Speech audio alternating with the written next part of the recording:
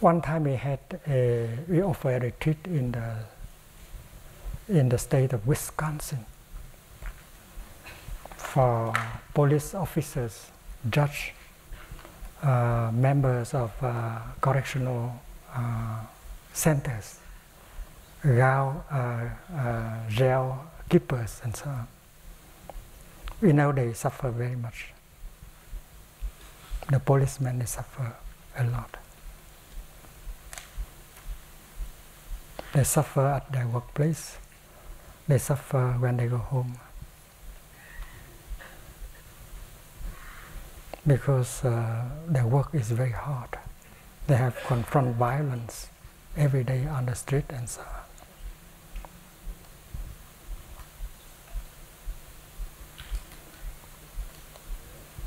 And those policemen in America who commit suicide, who use their own guns to kill themselves, is more numerous than the number of policemen that was shot by gangsters. The number of policemen who use their own gun to shoot themselves is more numerous than the policemen was shot by the gangsters. Inmates of prison, they have a lot of anger, a lot of challenge, of fear. And you don't know how. You only use your authority, and they always try to revolt against your authority. So their life is like hell. So we practice listening to all of them many days, so that they can tell us all their suffering, their hardship.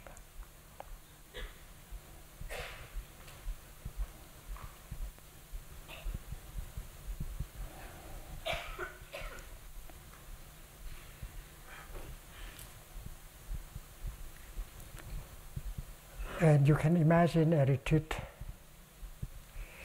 where police officers and members of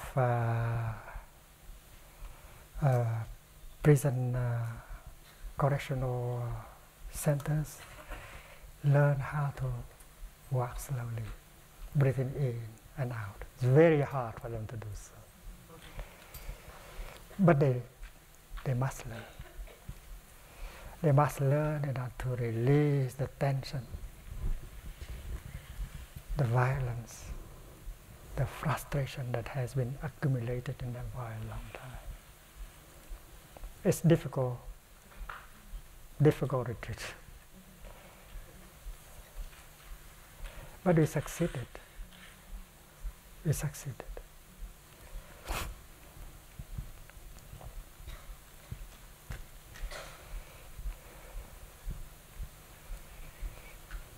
If correctional centers have not been a success, because the personnels do not know how to do it. They have a lot of violence and suffering in them. They don't know how to take care of prisoners and people they have to take care. They are called peace officers, but they don't have peace inside. And that is why I think we have to train them.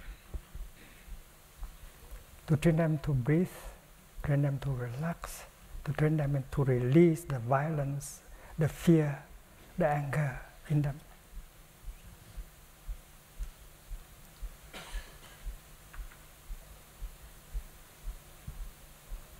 So that they can look at the prisoners with the eyes of compassion.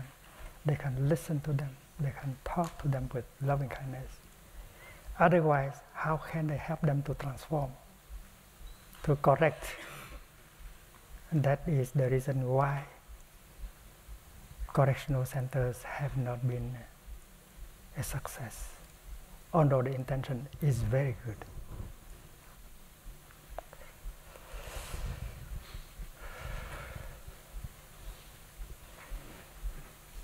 So what is attractive concerning this teaching, this philosophy, is that first of all, you don't have to refer to God and the abstract rule written in heaven. You can determine by yourself what is right, what is wrong, based on your intelligence. You can include the animals. You can have love for animals. You are not too rigid. You can be flexible. And you don't have to punish. You don't need to punish people, because punishing people will bring more suffering. There's already enough suffering. You don't have to inflict more suffering. So it's very compassionate.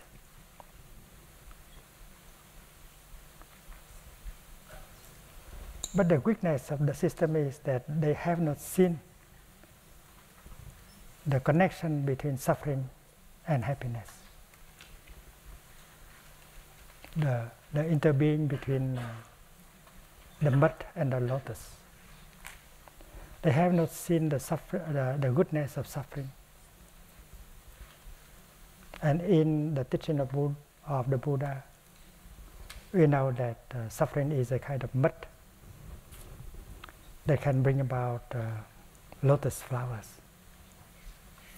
And suffering can instruct us a lot. And therefore, suffering is also a noble truth. There's one of you who asked if war is the mud. If we need war in order to have peace, should we accept war?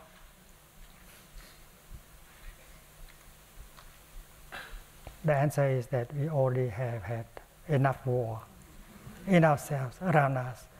We don't need more war.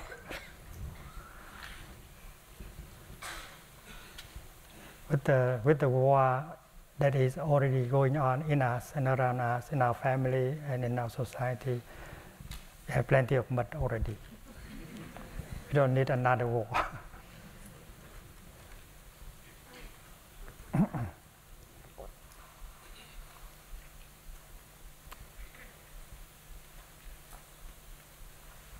First of all, they don't know that suffering plays a certain role. That suffering and happiness is a matter of the mind. The other day we spoke of hiking. Hiking is a pleasure for many of us. To climb the mountain, to do the hiking is a great pleasure. But there are those who think of us as crazy. It's much better to stay home and watch television, because hiking, climbing the mountains, like a lot of hardship. So something that is a pleasure for someone can be suffering for another person. So how can you define pleasure and suffering?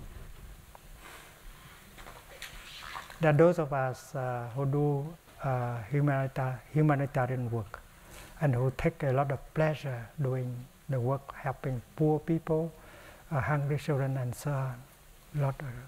Get a lot of joy. But there are those who think that, they don't like to do that. Doing that will not bring them happiness. They prefer going to a summer resort, spending time in luxurious hotels and so on. In this retreat, I have two attendants.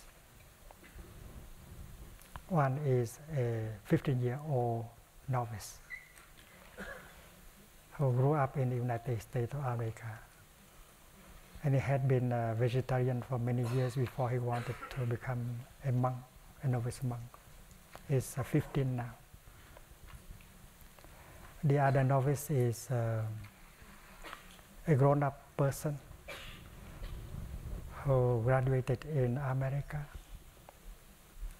and who has worked for 7 years in America. He was a stock broker. He got a lot of money. He knows what is to live, what is the pleasure to live in a luxurious hotel, like Holiday Inns, spending time at expensive places. But finally he decided to become a monk, because to become a monk brings him more peace and happiness and relaxation. And become a monk, you have to wake up at 4:30 every morning, not only during the 21-day retreat, all year round. To do sitting meditation, to do things that as a businessman you don't have to do. You take care of the garbage, you sweep the floor, you cook for the brothers. And yet, it brings much more happiness and peace and joy and relaxation to him.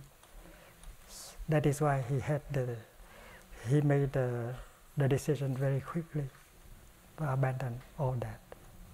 Hilton Hotel, Holiday Inns, all kind of things. So if you look, we say that, well, which is happiness? Living in Hilton Hotel is happiness, or waking up at 5 o'clock in the morning is happiness? So it depends.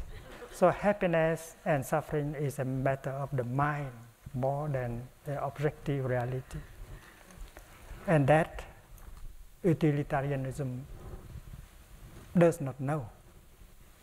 It does not know that suffering and happiness are. Without this one, the other one cannot be. Without the mud, there cannot be lotus. And because of that, they don't know what we call the goodness of suffering. Suffering is sometimes good. It helps open our eyes, and we can learn a lot from suffering. And if we have got understanding and compassion, because we have suffered.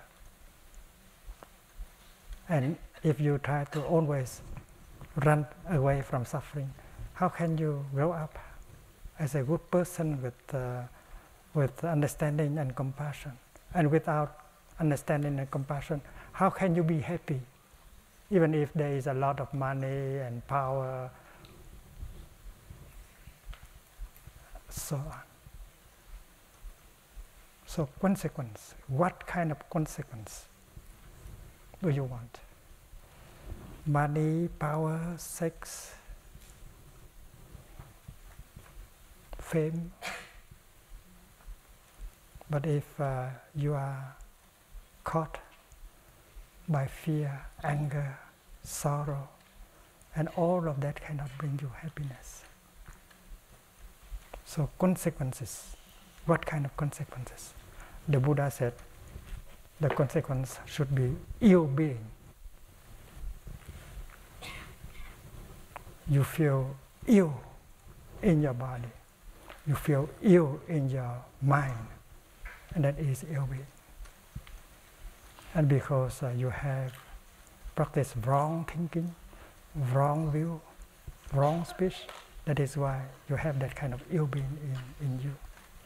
Even if you have a lot of money, a lot of a high position, and with that ill being in you, it does not mean anything. You cannot be happy.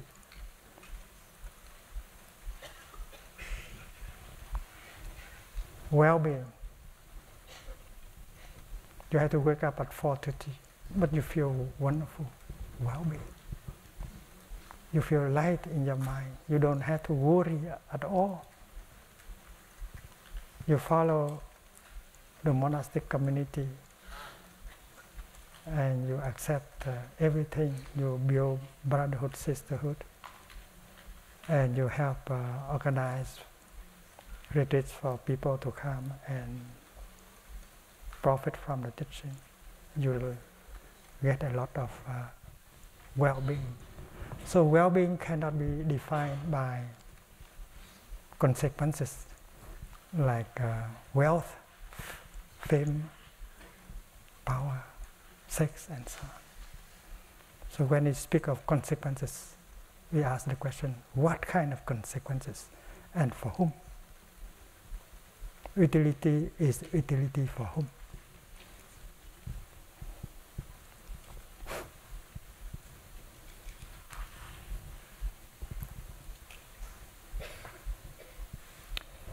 The person who has invented the word consequentialism, who has coined the term, is a British lady. Her name is Elizabeth Anscombe.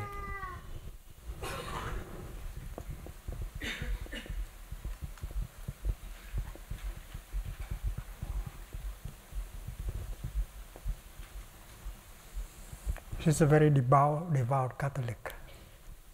She follows the theory of the divine command. She said that there are things that you cannot do no matter what.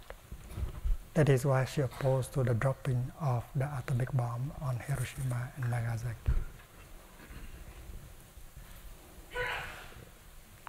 When President Truman dropped the bomb, she was only 20 years old, a student. The first bomb was dropped on Hiroshima. 140,000 people died right after, and many continue to die after that. And Japan has not surrendered after the first bomb. On the 7th, it was dropped on the 6th. On the 7th, Japan didn't surrender.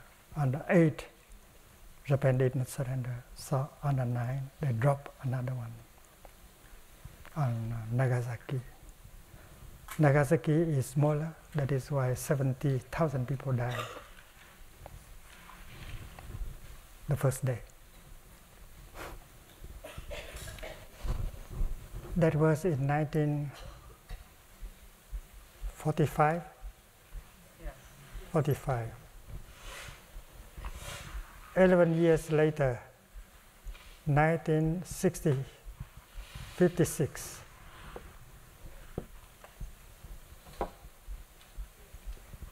President Truman came to England, and Oxford University offered him an honorary degree. And Elizabeth was 31. She has grown up.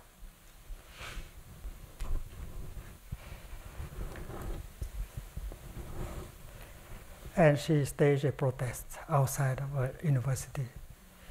She brought a lot of young students to come, Catholic ones, and they kneel down on the ground and pray while President Truman was getting the honorary PhD degree from Oxford University. She wanted to protest that the act of dropping the bomb is wrong.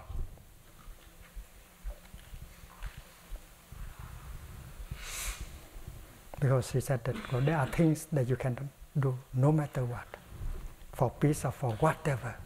You cannot boil a baby. You cannot drop a bomb and kill 140,000 innocent people.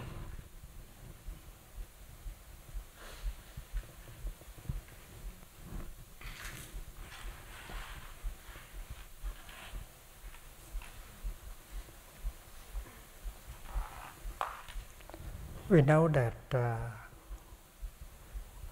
in the Buddhist teaching, although in the appearance we see that it does not differ from utilitarianism, but there is a big difference.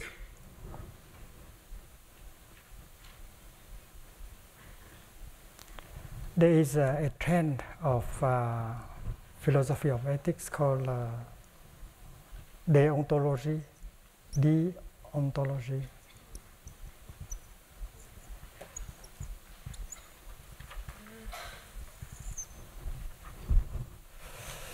That is just opposite to consequentialism.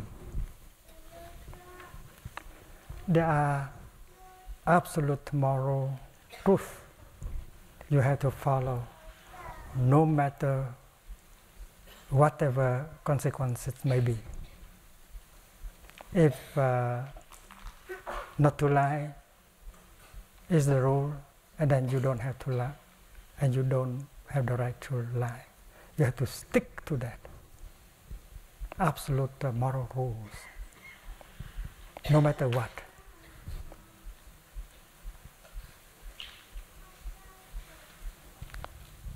Killing is wrong, even if killing can kill, can save one person, like in the case of Mary and Jody and Mary.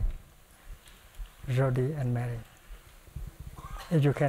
If you kill Mary, you can save Jody, and if you don't, and then both of them will die. So according to this, killing is wrong, no matter what.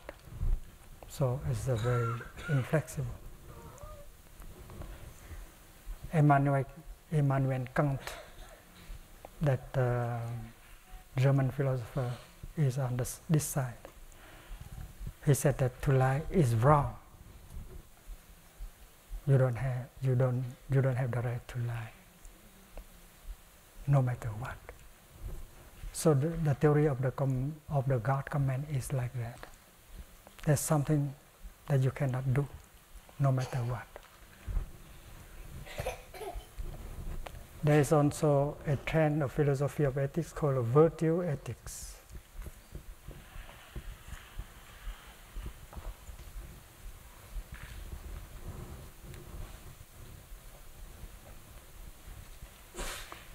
It's like honesty, compassion, tolerance.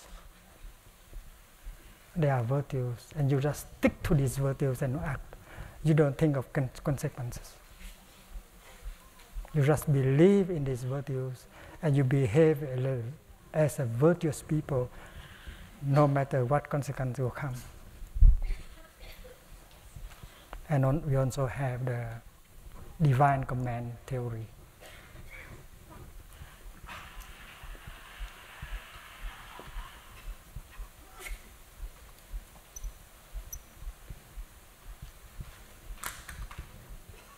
And these three trends of philosophies of ethics are in the opposite of consequentialism. And the term, as I have said, was coined by Elizabeth Anscombe. And when we look back at the Four Noble Truths, what can we see?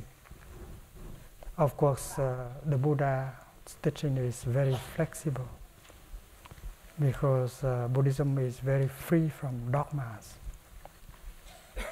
We have begun with saying that we need an ethic that is free from dogma. Because in the teaching of Buddha, we know that we should not be caught in attachment to views. We should not be caught in the kind of dualistic thinking and dogmas. Because the teaching of the Buddha is emptiness, is interbeing, is non-attachment to view, is freedom. That is why there's a lot of freedom, flexibility. Of course, the teaching of the Buddha do not go along with these two rigid teaching, but the teaching of Buddha does not go like the teaching of utilitarianism either, because of the notion of happiness and suffering, interbeing between happiness and suffering, the doctrine on the goodness of suffering. All of that change. And we know that the path leading to the well-being begins with right view. And right view you don't got from anywhere except by ourselves, by the practice of mindfulness, concentration and insight. Mindfulness is the starting point. You are mindful. You are mindful of what? You are mindful of the suffering that is in you and around you. You are mindful. And you think, you know that there must be some kind of action that can transform that suffering in you and around you. And you practice looking deeply with compassion, with concentration, in order to find it out, the kind of right action that can lead to the transformation of suffering. And you need to understand suffering in order to find it out what kind of action. So right here, what is right here is not determined really by the consequence. Right here is determined by your mindfulness, your concentration, and your insight. Because mindfulness, concentration, and insight is a backbone of the Buddhist teaching.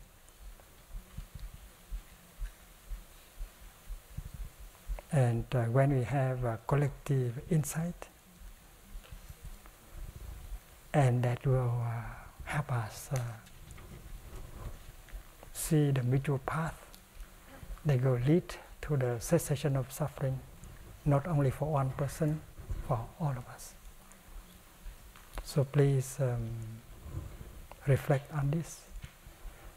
The path of the Buddha is the middle path. The path that is not caught either by the idea of consequence, nor the idea of rigid goodness, because we know that goodness and good and evil are not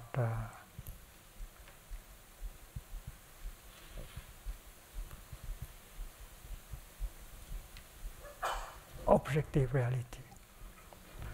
Good and evil is a product of our mind, like birth and death, like a being and non-being. They are notions created by our mind. Reality, nirvana, transcends all kinds of notions, including the notion of being and non-being. I want to share with you a practice of healing that called oil pulling. Oil pulling. In the Chinese saying, we say that disease, sickness come to us by the way of the mouth. And that is about the fifth mindfulness training, consuming. Bệnh tùng khẩu nhập.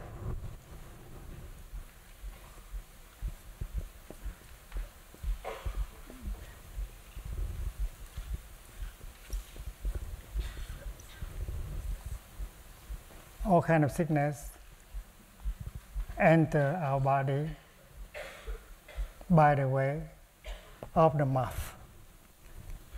And that is why we have to practice mindful eating.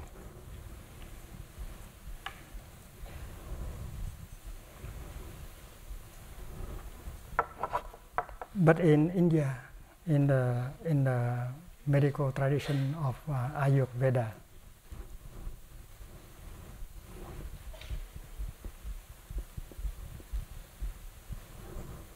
it is possible to help the sickness come out from the way of the mouth. if they come from the way of mouth into our body, it is possible to help them to go out. Bệnh tùng khẩu xúc.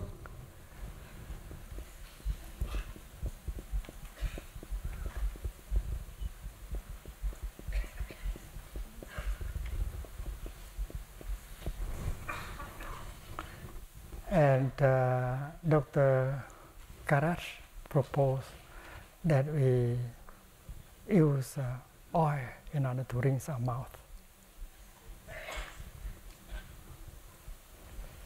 You use sesame oil,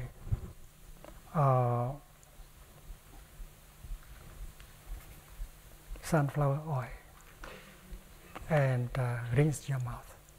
It's very easy. And I have been doing that. It has helped me a lot. And some of our brothers and sisters in the community also do that. And some of you may like to try. In the morning, upon waking up, you use 1 tablespoonful of oil, sesame oil, any kind of oil. But we prefer sunflower oil, sesame oil, and put into our mouth. And we use our tongue in order to help circulate that oil around the mouth. You use your tongue in order to swish the oil, to have the oil penetrate deep into every area of the mouth. And you may like to chew the oil, And it should take 20 minutes.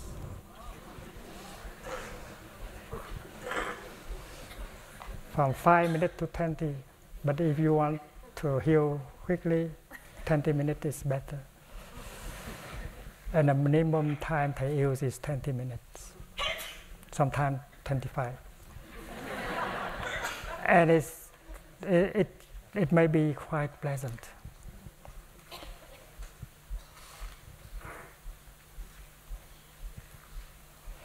And that moment of 20 minutes is a kind of dialogue, communication between the tongue and all the organs in the body.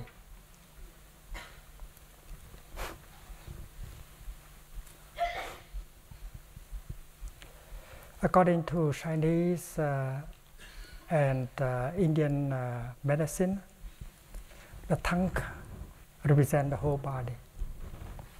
And the state of the tongue represents the state of the whole body. A good doctor just look at your tongue and know how well you are.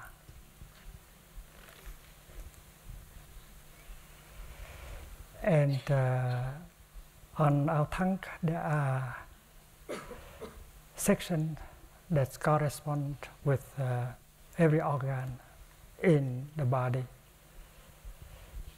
There's an area that corresponds to the lungs, another area corresponding to the digestive system, one place corresponding to the heart. And during our gargling, our chewing, our swishing the oil, there will be a communication between the tongues and the organs in the body. So if during that time you are aware of your body, you touch your body, you touch your lungs, you touch your stomach, you are helping with that kind of dialogue. The oil may be tasty. To me it is tasty. And it brings out the saliva. And the mixing of saliva and the oil will bring very good result. The first thing that happens is that there are antioxidants in the oil that will penetrate into the body by the way of the tongue.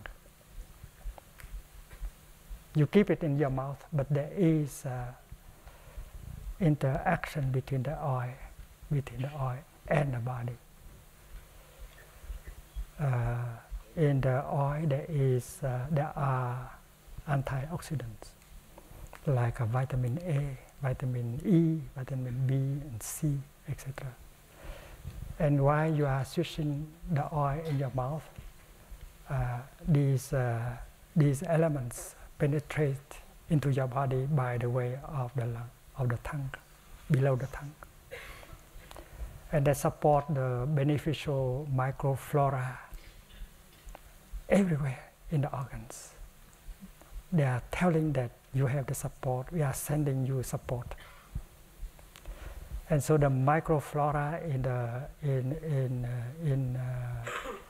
in the mouth and in the organs in our body begin to come up to the mouth. And bacteria and toxin will come out and will be trapped into the oil. During that time, there's a kind of stimulation, encouragement. And the bacteria in the mouth, they will be clean and they will be trapped into the oil. And also the toxins. The toxins here are the bacteria's embryons that will be very toxic to the body. And when they look into the microscope, they see bacteria swimming in it with the toxins. So we should not swallow the liquid because it is toxic, especially after 10 or 15 minutes. It's very toxic. There is a continuous communication between the mouth and the whole body. And the tongue played the chief role. And we know that the population of the flora in the mouth is more numerous than the population of France and Germany together. And those microorganisms like Streptococcus mutans and Lactobacillus acidophilus, they are mainly responsible for the plaque. They are sensitive to the oil. They will be removed little by the oil. And after a week or so, rinsing the mouth with the oil, your teeth will be white and more firm. That is the first thing that you notice. And right after the first rinsing with the oil, you have the feeling of well-being in your mouth. It's so clean. There's so many bacteria and toxins in the mouth are absorbed, are caught, are trapped into the oil. And when you spit out, it's milk white. It's no longer yellow. And that's full of toxins, poison. You have to clean, and you have to rinse your mouth several times and brush your teeth with toothpaste. And the best moment to do it is in the morning. And there are those who do it twice a day before they go to sleep. Dr. Karash, he healed himself from chronic blood disease. He healed himself from a 15-year-old arthritis. He presented this method in front of an assembly of healers, of doctors in Ukraine, those specialists on circulation, on the heart, on cancer, and so on. So this is a very, very simple way of healing. There are many diseases that cannot be healed by surgery, and by powerful antibiotics can be healed by this. And you need 2 days from 2 days to 2 years in order to heal all of them.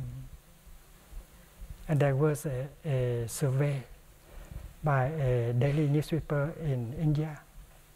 They interviewed more than 1,000 people who have tried that method. And up to 89 people answered that they have healed at least one of the disease, one or more diseases. Only 11% say that there's no effect. I think that they have not done it right.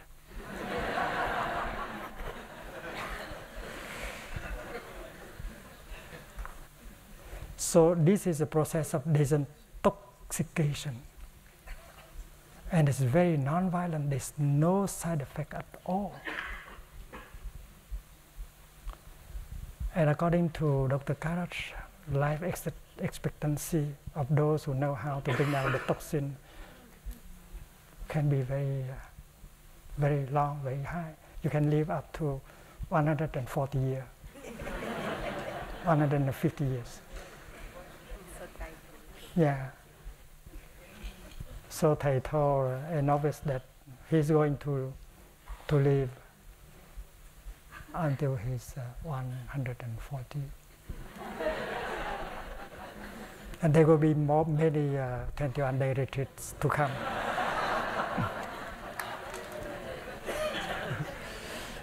So any of you who would like to try, maybe you want to start tonight before you go to sleep. Sesame oil is available in every hamlet.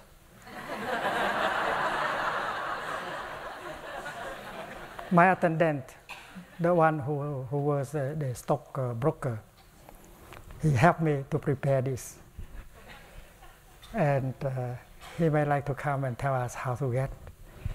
And there is a spoon.